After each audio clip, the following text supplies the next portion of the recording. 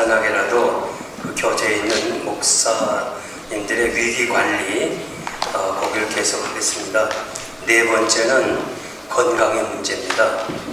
제가 1980년 미국 이 페이스 신학교, 필라델피아에 있는 페이스 신학교에 방문했을 때 그때 유학원 40대 목사님이 세상을 떠나요. 그러면서 제가 80년 처음 왔는데 유학을 오고 그래서 그분 어떻게 지내나 봤더니 그분이 이렇게 소천하면서 저희 보고 그래요. 목사님, 제 손목을 잡으면서 쉬는 것도 목회입니다.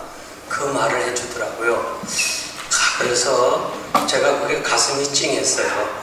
그 40대 젊은 목사가 물불을 가리지 않고 이렇게 열심히 일하다가 이제 떠나면서 저에게 유언적으로 해주시는 말씀, 그 말씀을 참 마음에 간직을 했습니다. 그래서 우리는 단기가 아니라 마라톤 경기를 해야 될 사람이니까 특히 이 건강이 나빠지면, 건강을 잃어버리면 목사님들의 목회에 위기가 옵니다. 건강을 잃어버리면 목회에 대한 의욕이 없어요.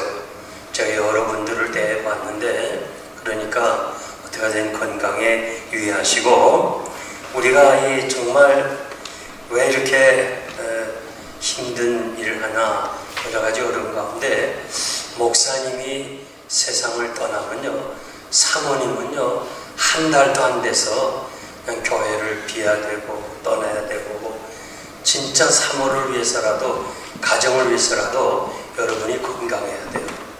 어떻게 그렇게 인정도 없이 그냥 사택을 비우라.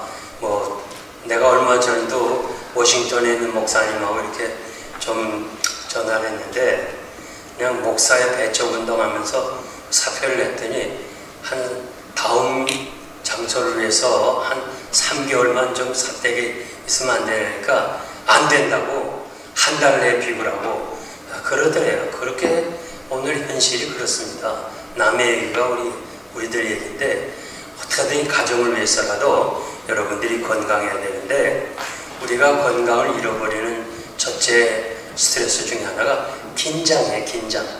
항상 우리는 24시간을 긴장하고 살아야 돼요. 특별히 이렇게 좀 목사가 불편한 사람이 전화 오면요, 그냥 이게 가슴이 떨린다고요. 저도 저 80년에 와서 1년 사역하고 교회를 섭외하고 나왔는데, 그냥 밥 먹다가도 그냥 전화 오면 그냥 밥맛이 없어요. 그렇게 참 어려운 일을 많이 당했는데, 하여튼 그게 긴장이고, 둘째는 식사 문제. 신방 가서 참 안 먹을 수도 없고, 하여간 그 성도들이 정성껏 차려주는데 어떻게 거절할 수 없잖아요. 그리고 꼭 이렇게 직장 갔다 와서 저녁 식사를 하고 이렇게 대접을 하려면 그냥 정성을 다했는데 조금 먹을 수 없잖아요.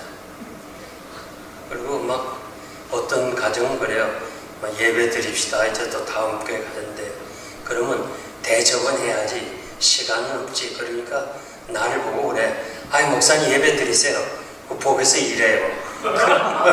그건 뭐예요? 그냥 예배 드리라는 거예요.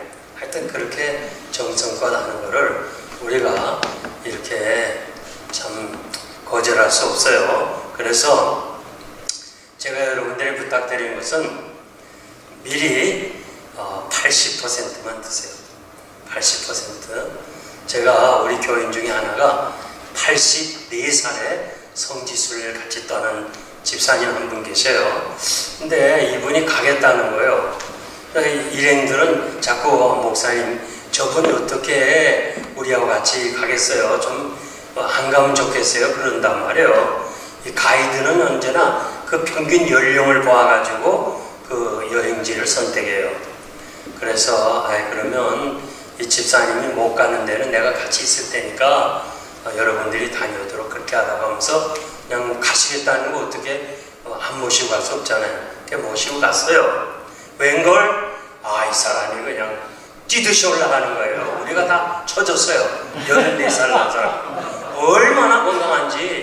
그런데 물었어요. 그랬더니 어릴 때 일본 사람들 밑에 있었는데 80%만 먹었대요.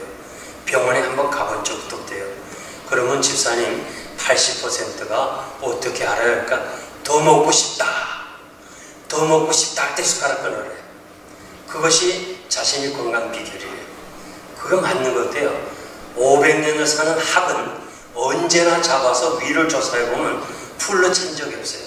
꼭 3분의 2 정도.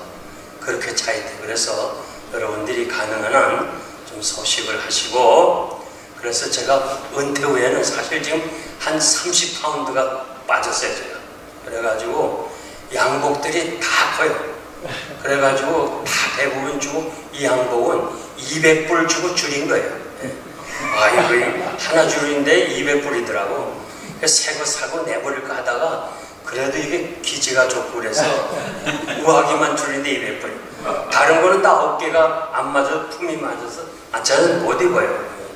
그래서 저하고 비슷한 사람이 들려니까 또 그런 분 없네요, 뉴저지에서. 그래서 못 데리고 있는데 하여튼 그래서 우리가 저 김명현 목사에 제가 10몇 복을 다 주고 그랬는데 아직도 남아있어요. 하여간 제가 은퇴하고 나서 내가 조정하니까 그거 조금씩 살이 빠지고 그랬어요.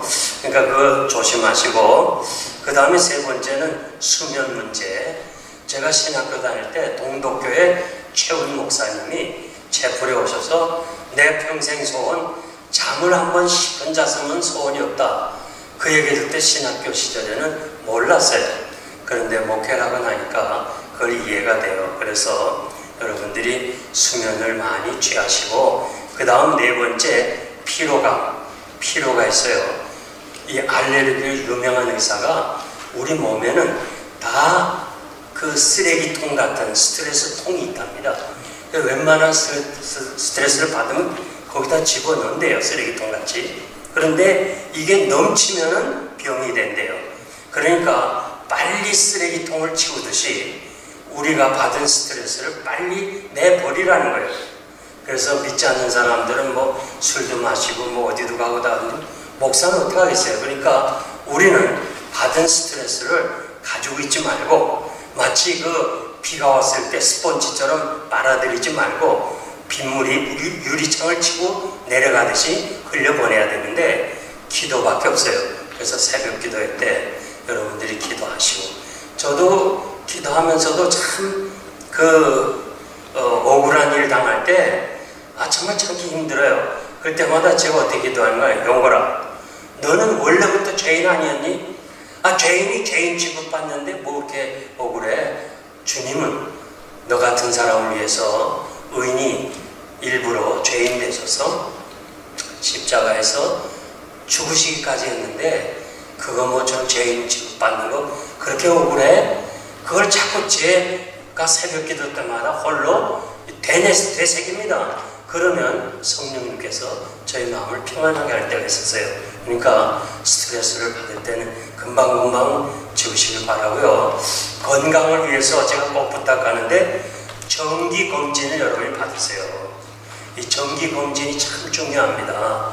그러니까 여러분들이 다 보험이 있는데 괜히 안 갔다가 이렇게 특히 목회자들이 피곤해서 간에 대한 질환이 있는데 이 정기진단, 이게 참 중요합니다. 정말 중요해요. 그래서 저 같은 경우도 정기진단에서 이렇게 초기에 발견해서 수술로 끝나고 지금 이렇게 건강을 여러 번 앞에 섰는데 정기검진 꼭 하시고요. 그 다음에 즐겁게 목회를 하세요. 잠언 17장 22절, 히브리서 13장 17절. 저는 재직들을 1년에 한 번씩 이 재직 훈련을 하는데 35년 동안 제가 우리 재직 훈련을 했어요. 근데 하도 하니까 이 광고처럼 너무 다 알아요. 그래서 새로 되는 사람은 외부 재직 그거 했던 사람은 외부 강사가 와서 하루 하고, 새로 된 사람은 제가 하고. 그래서 우리 교인들한테 재직 훈련하면서 항상 얘기가 뭐냐면 나를 즐겁게 목회하도록 하라. 즐겁게 목회하도록 하라 그랬어요. 그렇지 않으면 나는 떠난다고 그랬어요. 워낙 그 많은 데서 한국에서도 오고 뭐 큰 교회에서도 다 와서 저를 청빙했을 때가 있는데 나를 즐겁게 해줘. 우리 장로님들이 정말 즐겁게 해줬어요. 아까 내가 본 평신도가 온 목회상 박종교 장로님 얼마나 저를 생각해 주시는지 그건 말로도 할 수가 없어요. 그러니까 그분이 복을 받아요. 지금 비즈니스가 너무 잘 돼요. 그래서 정말 감사하고 있는데 하여튼 즐겁게 하는, 그래서 우리가 즐겁게 목회하는 거, 그리고 정기적으로 여러분들이 운동을 하는데 뭐 우리 목사들이 무슨 헬스클럽 그렇게 하겠어요? 걷는 거 그게 제일 좋아요. 그래서 제가 사역하는 동안에 뭐 교인들이 헬스클럽을 카드를 주겠다는데 뭐 한데 저는 그렇게 하진 않고 저희 교회가 16,500평 땅이가 넓잖아요. 새벽기도 끝나면 그 마당을 몇 번 돌아요. 그러면서 주일날 올 때 애들이 떨어뜨린 종이 같은 거 주워서 갖다 놓으면 이게 또 허리 운동이 되더라고. 이렇게 주워다 또 갖다 주고 그러면서 걸어서 기도도 하고 그렇게 해서 건강을 유지하고 관리했어요. 자, 5번째 경제 문제인데 대부분 목회자들이 경제 문제가 있습니다. 제가 얼마 전 나가는 현재 출석하는 교회 목사님과 거긴 장로님 한 분밖에 없는데 같이 식사하면서 내가 장로님에게 물었어요. 장로님, 지금 이 팬데믹 이 시대에 끝나고 지금 다 밥을 먹으면서 식당이 다 올랐어. 그래서 안 오르는 게 하나도 없다면서 그런 얘기를 하다가 장로님, 안 오른 게 하나 딱인데 아세요? 그러니까 이제 난 모르겠다고. 다 오르났다 이거야. 목사님 사례금만 안 올랐어요. 제가 그렇게 얘기했죠. 아, 그렇군요. 아마 내년에 올라갈 거예요. 하여튼 이 경제 문제가 우리 목회자들도 있어요. 그래서 참 좀 고쳐야 될 것 중에 하나가요. 교인들은 청빈을, 가난을 경건으로 오해한단 말이에요. 사실은 목사가 잘 살아야 돼요. 그래야 본이 되지. 목사가 구질구질하게 살면 되겠어요. 근데 교인들은 그냥 목사는 잘 살지 못하고 그냥 가난해야 되고 막 그러면 거룩한 목사로 오해하는 사람들이 너무 많고, 자기 수준에 맞춰서 내가 가난하니까 목사도 가난해야 된다 그렇게 생각하는데 그건 잘못이라고 생각해요. 그래서 하여튼 이 경제 문제가 참 문제인데요. 그래서 우리가 이 이민교회 통계를 보니까 LA에서 나온 통계인데 교인 수 1000명 이상 되시는 분이 연봉이 86,566달러더라고. 100명에서 1000명까지는 53,511불이고 30명에서 100명까지는 연봉이 37,466불 그렇게 기록이 됐어요. 그런데 이 미국 교회 60%가 100명 이하 교인이래. 미국 교회가 현재. 그래서 그들이 받는, 미국 교회 목사님들이 받는 연봉이 36,000달러라고 그래요. 그러니까 아마 우리 한국 교회가 미국 교회보다 더 대우를 받지 않나 그렇게 전 생각하고요. 그런데 제가 이렇게 여러 목사님들을 만나서 좀 이렇게 물어보고 그러면 제가 만난 목사님들 중에 80% 정도가 경제적 어렵다 그런 얘기를 했어요. 그리고 교인들이 경제가 어렵고 사업이 실패할 때 목사가 스트레스를 받느냐, 이 설문을 찾아보니까 61%가 동의한다고 했어요. 교인이 어려울 때 자기 어려움을 알고 20.2%가 강하게 동의를 한다고 해서 강하게. 그러니까 80% 이상이 성도들의 경제와 관계가 있어요. 그러니까 성도들이 사업에 실패하고 그러면 목사도 아픔이 있어요. 그리고 전혀 상관없어. 뭐 장로님, 집사님, 권사님이 실패하고 다 잃어버린 난 상관없어 하는 사람이 0.6%예요. 그러니까 80% 이상이 나도 경제적으로 어렵고 성도들의 경제가 어려울 때 스트레스 받고, 그럼 얼마나 어려워요. 그럼 이 스트레스를 어떻게 해결해야 되느냐? 첫째는 목사와 사모가 이중직을 지금 해결하려고 그래 가지고, 그래서 우리 시대는, 저의 시대는, 저의 선배들 그 시대에는 성도들의 11조가 성미로 살아갔어요. 그러니까 절대 일하지 않았습니다. 그래서 굶어도 그렇게 하겠다고 그랬어요. 그런데 지금 제가 속했던 합동측 교단이 요 한 10여 년 전인가 한 7, 8년 거기에 사실은 합동측 선교사 GMS 속하는 선교사들은 이중직 갖지 말라고 그랬는데 지금은 가지라고 얘기를 했어요. 근데 벌써 감리교나 이런 다른 교단은 선교지에서 이중직을 가져서 지금 어려워도 자기들이 자립해 나가요. 뒤늦게 우리가 알게 되는데, 그래서 한국교회 보니까 현재 이중직 목회자가 37.9%예요. 그 주로 뭘 하는 거 아니? 운전기사하고 택배 역할을 한다. 밤에. 그리고 참 그 어떤 그 기사 보니까 개척하는 목사님이 이렇게 택배하고 뭐 이러다가 40대 소천한 그런 뉴스도 얼마 전에 나오더라고요. 그리고 이제 목사님은 그냥 목회하고 사모님은 나가서 이렇게 이중작을 가져야 되는 거 해결돼야 되지 않나. 첫째고, 두 번째는 자족하는 것을 배우자. 목회자는 생활이 만납니다. 하나님이 다 알고 계시니까 그냥 필요를 따라 주시고, 제가 성전 건축하는 11년 반 동안에 진짜 어려웠어요.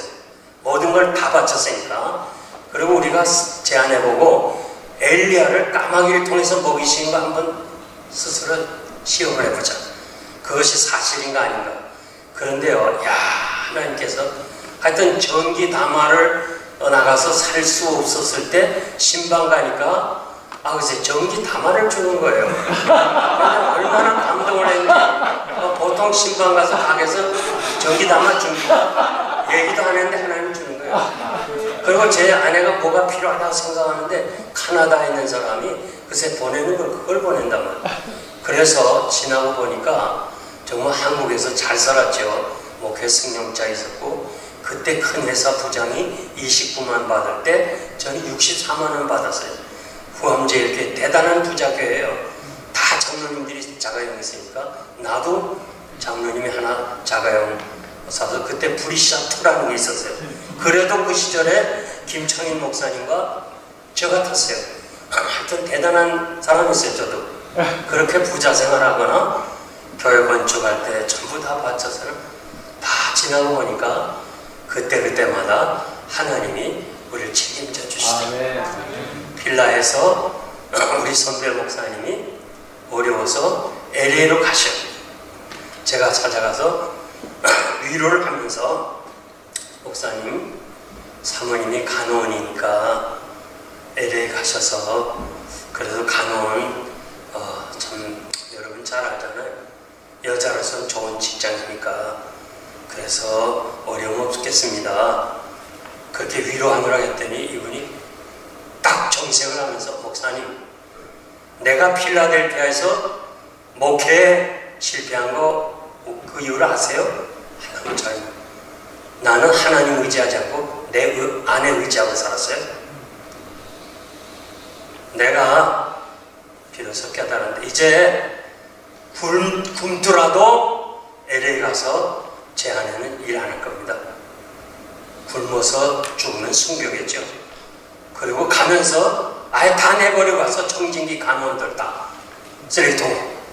야, 하나님이 그를 축복해 주시더라고요. 그래서 참고로 여러분들에게 말씀드리고요. 그 다음에 여러분들은 사회보장 그런 것 꼭 들어놓으세요. 제가 처음 5년은 사회보장을 안 들었어요.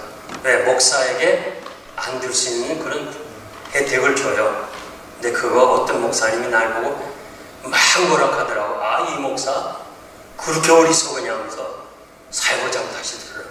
그래서 들어서 은퇴 후에 지금 혜택을 받고 있으니까 사회보장, 그리고 가능한 후에 가능한 한 좀 욕을 먹더라도 여러분들이 그 세를 살지 말고 집을 하나 사세요.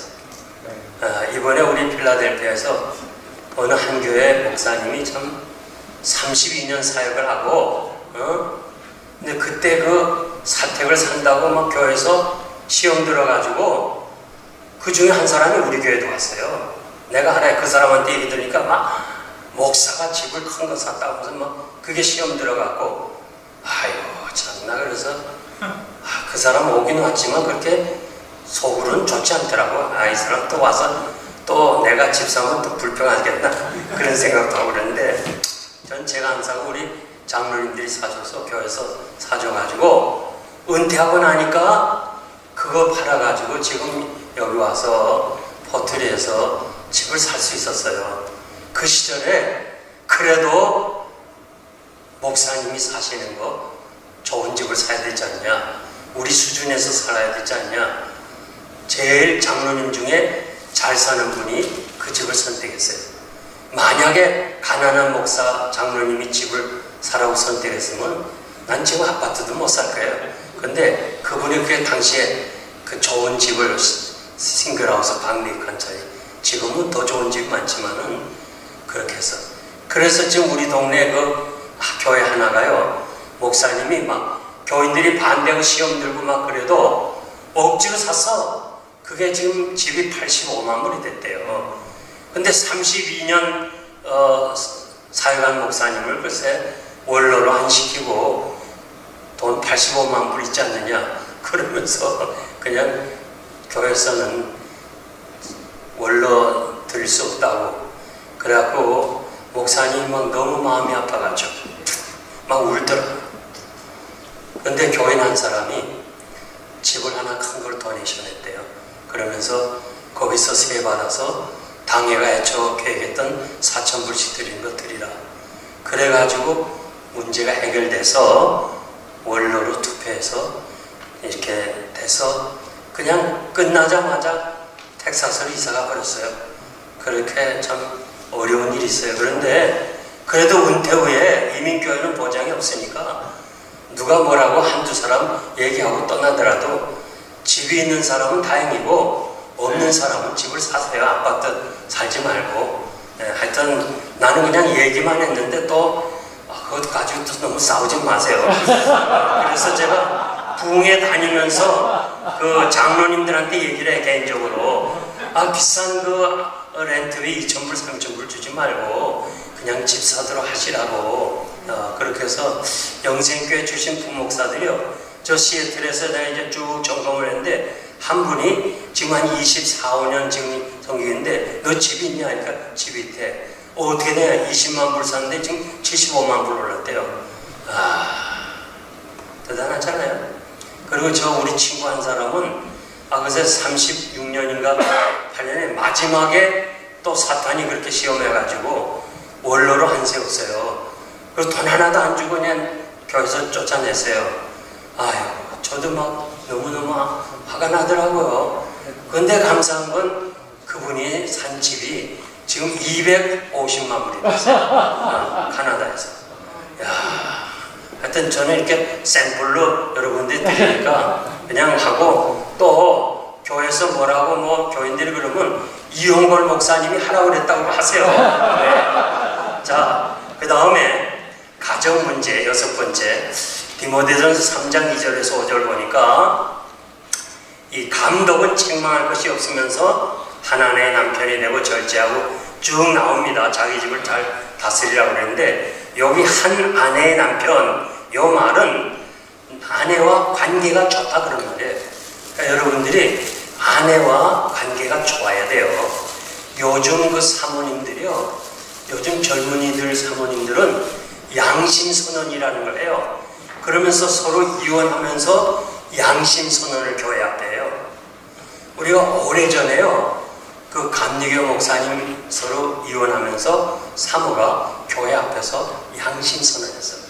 뭘 양심선언했냐? 우리 목사님은 성경도 안 보고 기도도 안 하고 못된 비디오나 보고 그러니까 다 가시오. 교회가 풍지박산되고 목사는 그냥 떠나버리고 지금 어떻게 되는지 몰라요. 조심해야 돼요. 여기 사모님들 안 오셔서 내가 말했지만 조심하라고요. 지금 무슨 인터넷 돌아가는 거 봐요. 제 친구도 그렇고 하여튼 이 사모가요, 그냥 이혼하고 떠나면 조용히 떠나지 완전히 풍지박산하고 떠나요. 양심선언이라기 때문에. 자, 이제 부부의 관계가 좋아야 되는데요. 상담에 관한 연구기관에서 얘기하는 것은 목사 아내가 가장 고민하고 괴로워하는 것이, 첫째가 목사가 매일 텔레비나 보고 비디오나 본다. 이게 첫째예요, 산모들이. 둘째는 신방을 억지로 한다. 그리고 세 번째, 목사가 집에 자주 들어오지 않는다. 제가 지난주에 어느 장로님 한 분 만났는데 그 목사님이 자기 아파트에 관계도 없는데 자주 오더래. 예? 난 누구나 얘기는 안 하지만 자주 오더래. 그러면서 자기 볼까봐 목에 푹 쓰고 말이야. 그렇게 자기가 사는 아파트에 자꾸 그 교회 목사님이 오시더라는 거예요. 그런데 그 목사님은 교회에서 여자 문제로 좀 소문이 나 있는 교회예요. 그러니까 여러분, 그냥 하여튼 여기 사모님 한 몇 분이 계시는 한 분 계시는 거는 목사님이 집에 자주 하는 거 의심해야 돼요. 하여튼 그건 알아서 하세요. 하여튼 가족, 그리고 어느 교회가 말이야, 하여튼 참 이거는 이런 같은 거 밝힐 수 없는데 좀 소문이 나고 막 그러니까 이 사모가 자꾸 이렇게 우리 목사님은 뭐 밤에도 같이 안 자려고 한다고 뭐 이런 소문을 내고 그런 것이 이 안수 집사들 귀에 들어갔어요. 그래가지고 이 목사님을 배척운동 하는데 뭐 건수가 없잖아. 그래가지고 이 병풍이 있어요. 병풍을 당회장실에 있어요. 당회장실에 병풍 같은 걸 필요가 없는데 병풍을 놨어요. 그리고 뒤에 병풍 뒤에 속에 두 안수 집사가 녹음기를 가지고 털고 기다렸어요. 숨 죽이고. 그랬더니 사모하고 목사하고 싸우는데 뭐 별의별 얘기 다 나오죠. 둘이니까. 그러면서 당신이 여전도사하고 관계했으니까 했다 어떡할래? 그게 다 나와. 그래서 그걸 틀었어. 그래서 할 수 없이 목사가 손들고 교회 쫓겨났어요. 그러니까 하여튼 사모님하고 잘 지내야 돼요. 진짜 여러분, 집에 돌아가서 오늘 하나를 티켓 받으면 주세요. 아주 조심해야 되는 것이. 그래서 정말 이 아내와 대화 시간을 좀 많이 필요하대요. 사모들이. 그게 여러분, 제가 전부 시간 관계에서 다 말씀 못 드리지만은 프란시스 세이프 박사, 세계 지성인들이 가장 행복한 부부를 프란시스 세이프 박사를 들었는데 기자가 물었어요. 행복의 비결이 뭐냐니까 한쪽을 같이 봤다는 거예요. 목사와 사모가 한쪽을 바라보면 돼요. 목사는 이쪽인데 사모는 저쪽, 세상 쪽이면 불행해요. 그러니까 한쪽을 바라보면 돼요. 그 다음에 자녀들 문제. 이 목사가 이 자녀 문제 때문에 참 복잡한데요. 제가 LA에 있는 어느 목사님의 상담을 한번 해봤는데 아들이 말이에요.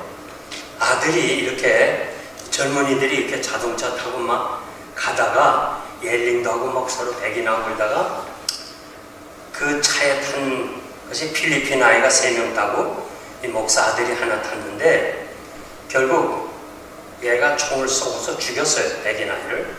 그래서 4명이 다 잡혔는데 다행히 이 필리핀 아이 3명이 쐈는데 얘네들이 입을 다물고 이제 사진을 하나 제시해서 검찰에 자 보세요.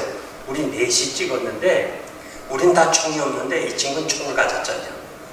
그래서 25년형을 산대요. 참 이게 우리가 가정에 너무 소홀히 할 때가 많아요. 가정 문제 좀. 그래서 교회인가 가정인가 우선 선정이 참 필요한데요. 우리 시대에는 아버지가 먼저냐 목사가 먼저냐 할 때 우리 시대에는 목사가 먼저다. 이렇게 배웠어요. 근데 여러분 시대에는 모르겠어요. 하여튼 제가 필라델피아 웨스트민스터 신학교를 졸업했는데요. 7명의 성장한 교회 목사님을 초청해서 심포지움을 했어요. 학생 하나가 프라이어리티를 물었어요. 패스터가 먼저냐, 파더이 먼저냐. 6분 미국 목사님은 다 아버지가 먼저다. 나는 목사가 먼저다. 이 우선권을 선정해야 되는데요. 그러니까 내가 목사가 먼저다 하니까 학생 하나가 그럼 가정은 어떻게 하겠냐 날 보고 그래. 그래서 그거는 하나님이 책임지신다.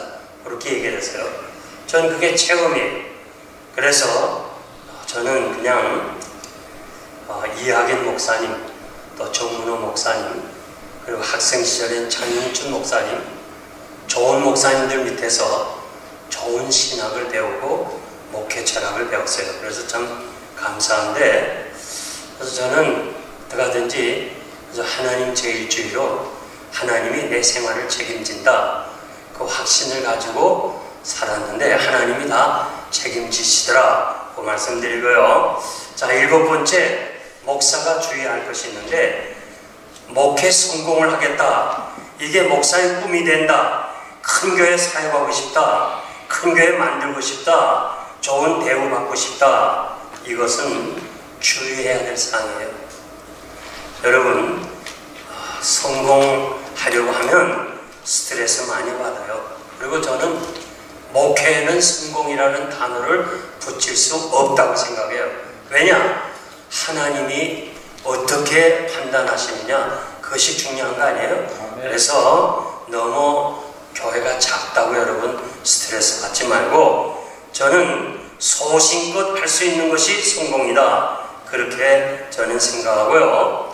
그 다음에 여러분들이 그래도 10사람이든지 5사람이든지 주일날 설교를 할 수 있다는 것에 하나님께 감사해요. 제가 지난 주간에도 목사님과 한번 식사를 하면서 얘기를 했어요.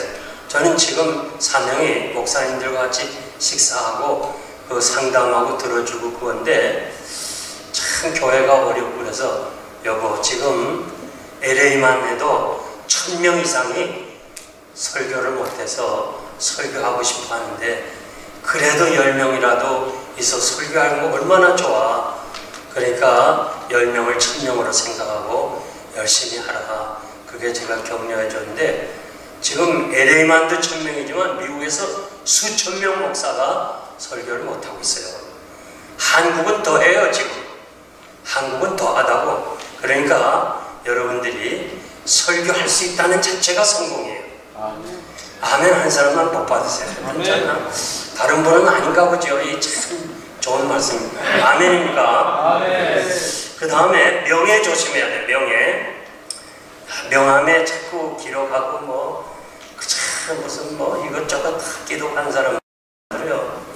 아유, 정말 제가 저 성가대 작년에 가운을 하기 위해서 한국의 가운사를 찾았어요. 근데 3분의 목사님들이 박사학위를 어디서 받았는지 후드, 가운한데 후드를 빨간 걸 해달라고 그래. 그것도 넓게. 근데 이 사람들은 철학 박사래, PhD. 그러면 파란 거라고 얘기를 하니까 아니라고, 빨간 걸 해달라고. 그래서 이때 막 얘기하니까 그 장로님이 그래요. 목사님들이 이걸 입고 졸업식에 한번 참석했을 때 철학 박사가 저 빨간 걸 했다 그러면은 저건 아니다. 저건 어디서 했냐? 아무개 가운사에서 했다면 제가 부끄러운 존재가 되니 이건 아니고 파란 거로 하세요. 아니라는 거예요. 세 사람이 빨간 걸 해달라. 이 사람들은 철학 박사 학위 또 이 그냥 신학 박사 학위, 목회학 박사 학위를 구분을 못해. 그냥 넓고 한 것만 달라. 끝까지 우기더라고. 저는 그냥 가만 앉아 있었어요. 간대며 이래요. 그 사람이 저것들이 목사입니까? 날 보고 저것들 때문에 오늘 한국교회가 다 망합니다. 그래. 아, 목사님을 향해서 저것들이라고 그래요. 그러니까 우리 스스로가 좀 조심해야 돼요. 목사님들이 명함을 꺼내가지고 뭐 백악관에 와서 뭐 참석했다는 그것까지 쓴 사람은 일체 강단에 안 모셔요. 그 그냥 목사는 제일이잖아요. 어떤 교회 순서는 박사가 설교한, 박사가 무슨 설교를 해요? 목사가 설교하지. 목사는 하나님이 주신 직분이고 박사는 세상 사람이 준 거예요. 그거 너무 여러분 신경 쓰지 말고요. 모세는 사관으로 충성했다. 바울은 일부러 종이 되었다. 여러분 꼭 기억하시고요. 정필토 목사님 친구가 유학을 올려다가 옛날에 못 와서 2년 동안 한국의 큰 교회를 돌아다니면서 목회를 배웠는데, 큰 교회, 성장한 교회에 두 가지 공통점이 있더래요. 하나는 박사학위 없었고 하나는 좀 어리석었다는 거예요. 좀 부족해 보였다는 거예요. 그게 공통점이에요. 그러니까 여러분 박사학위 없는 사람은 위로받으시기 바라고요. 자, 그 다음에 세 번째, 권위주의를 조심해야 돼요. 권위주의. 여러분, 권위는 하나님이 세워줘야지 사람이 세우면 안 돼요. 제가 부흥회 한국에 대부분 큰 교회 다 갔잖아요. 그런데 그냥 목사님이 들어가면 장로님들이 부쩍부쩍 자려다고 서 있어.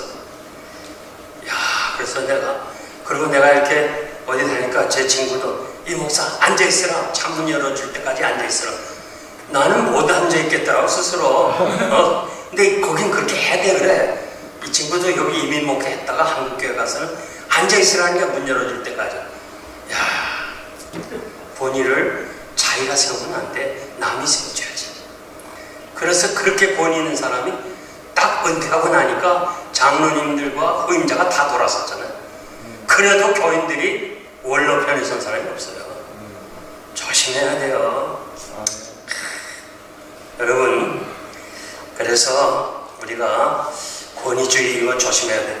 결론적으로 말씀드리고 싶은 건요, 우리 교회 수경이라는 학생이 하나 있었는데, 이 수경이가 이 종양이 네 종양인데 목에 계란만한, 계란보다 더 큰 것이 딱 섰는데, 이건 수술을 못하는 것이 모든 신경을 다 안고서 여기 목에 있어요.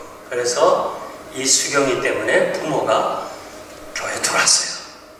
그래서 걔를 위해서 우리도 많이 기도했어요. 설릴레이식 기도, 새벽 기도 때마다 하고. 그런데 어느 날 그 수경이 엄마가 전화 왔어요. 목사님, 우리 수경이가 지금 가는 것 같으니까 마지막 기도해 주세요.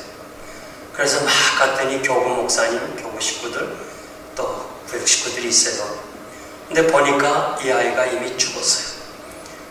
입술이 파래요. 제가 임종을 많이 지켜보고 입관 예배를 제가 옷을 입혀보고 그래서 경험해 보니까 죽은 거예요.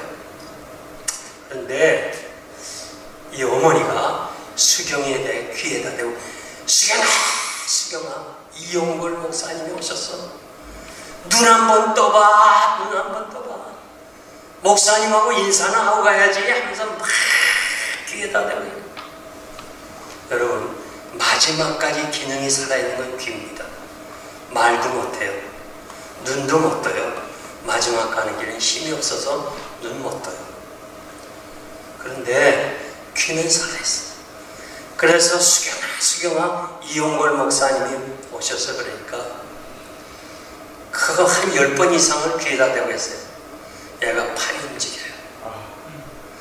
그래 우리가 긴장해서 걔 팔을 보니까 참 이러잖아. 목사님 이건 뭐예요? 최고라는 거죠. 그리고 딱 손을 펴고 갔어요. 난 얼마나 울었는지 몰라요. 마지막 가는 길에는 목사님이 최고입니다. 또 뭐 이것저것 그런 목사님이 있어요. 남의 거 카피하고 놀러 세미나 가서 뭐 좋다는, 그것도 좋아서 또 자기 교회 접목하고 그런 목사님이 있어요. 한국교회 이렇게 쭉 보니까 대충 간단하게 말씀드리면은 이 몇 가지 종류가 있는데, 하나는 성령 운동하는 여의도 순복음 조용기 목사님을 중심으로 기도운동, 방언, 입신, 예언 이렇게 거리로 운동하는 교회가 있어요. 그거 따라가는 목사님들이 있어요. 그런데 지금 경제 성장과 함께 지금 이것은 쇠퇴하는 거예요. 그리고 조용기 목사님이 본이 되지 못해서 결국 이제 그 성령 운동도 점점 식어지고, 여러분들이 한국 가서 기도원을 한번 방문해 보면요, 기도원이 다 이제는 폐허가 돼요. 그렇게 기도원이 수천 명이 모이던 기도원 제가 가봤거든요. 없어요. 이제 기도원 운동은 끝났어요. 그 다음에 제자훈련이 있어요. 사랑의 교회 옥하는 목사님이 이렇게 평신도 깨운다는 것을 중심해서 이 제자훈련을 시작했는데, 그 목사님이, 나는 직접 듣지는 않았지만 직접 들은 목사님한테 얘기 들으니까 자기가 실패했다 그런 얘기를 했대요. 내가 제자훈련 시켜서 선교사 파송하려고 했는데 선교사는 되지 않았다 그런 얘기인데, 한국교회, 이민교회 많은 사람들이 제자훈련으로 이렇게 목회 지침을 가진 목사님들이 많아요. 그런데 이 제자훈련은 뭐냐? 한마디로 제가 생각하기에는 목사의 권위는 내리고 평신도의 권위는 올려서 이분 만든 것이 제자훈련이에요. 제자훈련한 교회 치고 교회가 편안한 교회가 없어요. 그리고 그런 교회에서는 다 우리도 교회 성장에 앞장섰다 하지 목사가 교회를 부흥시켰다 생각해요. 어느 한 교회가 자기 주가를 올리기 위해서 한국의 어느 교회가 나를 오라 합니다. 그럼 아이고 목사님 가지 마세요. 큰일 납니다. 목사님 없으면 안 됩니다. 그럴 줄 알았는데 제자훈련으로 심어진 이 큰 교회는 가세요. 그래서 가세요. 왜? 교회 부흥은 목사님이 한 것이 아니고 우리들이 다 했다 그런 생각이에요. 영생교회는 제자훈련 안 시켰더니 내가 떠나면 못 견뎌. 그래서 할 수 없이 발목을 잡혀가지고 한국에서 저렇게 제일 큰 교회에서 청중해도 내가 못 갔잖아요. 그리고 뉴욕에서도 교회에서 청중해도 내가 못 왔고 그랬어요. 왜냐하면 목회를 제자훈련 안 하고 목사 중심으로 목회를 했기 때문에 그래요. 여러분, 이건 오해가 될 소지가 많은데 예수님의 제자도요, 제자 그렇게 예수님한테 직접 훈련 받아도 제자일까 했어요? 못했어요. 다 도망갔어요. 십자가 밑에서 다 숨었어요. 그럼 언제 제자가 됐냐? 오순절을 통과하고서 제자가 됐어요. 예수님의 제자를 만들어야 되는데 제자 훈련은 사람의 제자를 만들려고 할 때가 많아요. 그래서 제가 여러 교회를 가봤는데 제자 훈련하는 교회 치고 편안한 교회가 없어요. 또 가정 목회, 어느 조지아에 있는 교회는요, 목사님이 건축하자 하니까 목자들이요, 거기 구역장이 아니고 거기 목장인데 목자들끼리 서로 의논해서 건축하지 말자. 그 가정교회는요, 목사보다 구역장에 해당되는 목자를 더 신뢰하는 거예요. 그래서 목자들끼리 합쳐서 나가버렸어. 그래서 할 수 없이 목사도 떠나고 말았어.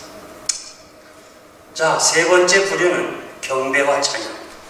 하용조 목사님의 온누리교회. 오늘 많은 젊은이들이 찬양과 경배를 위해서 교회 시스템을 바꿔요. 옛날에요, 우리 장로교는 이런 강단에 안 섰어요. 적어도 강단의 권위를 위해서 나무를 했는데 여기 보니까 다, 여기도 지금 다 안 봐도 알겠어요. 경배와 찬양 이걸 중심으로 하는 것 같은데, 지금 경배와 찬양은요, 진짜 교회 권위와 설교의 권위를 다 내려요. 찬양이 그게 우선이에요. 이게 제가 보면 사람 앞에 드리는 찬양인지 하나님께 드리는 찬양인지 구분이 안 돼요. 그리고 우리 시대에는요, 그거 아니었어요. 근데 완전히 그 중심이 결국은 찬양으로 돌아. 그게 뭐냐면 윌로브룩 처치, 열린 예배, 시카고. 오늘 그 목사님 다 끝났죠? 다 그 사람들이 고백했습니다. 넓게는 했지만 깊이가 없었다. 이제 다 끝났어요. 시카고 윌로브룩 처치. 저도 가봤어요. 가보니까 막 그냥 반지 입고 스리퍼 끌고 예배 드리고 목사는 티셔츠로 나와 설교도. 야, 난 저게 아닌데. 부도자를 위한, 배를 위한 예배지만 내 속으로 저거 아닌데 결국 끝났어요. 지금 이 교회를 문 닫았어요. 그리고 젊은이들이 출석을 하네요. 어느 교회든지. 그건 무슨 영향이에요? 그 사람들이 만약에 말씀 중심으로, 교회 중심으로 신앙 훈련 받았다면 나와야지. 그런데 찬양으로, 경배로, 이거 그냥 흥분으로 이렇게 하는 교인들, 젊은이들 다 안 나와 지금. 앞으로 두고 보세요. 그들이 다시 돌아오기 힘들어요. 네 번째, 전통적인 목회예요. 고려파, 순수한 장로교. 지금 이 팬데믹 시대에서 제일 자랑스러운 교회가 하나 있는데 부산의 고려파 세계로교회. 난 그분이 정말 훌륭하다 그렇게 생각해요.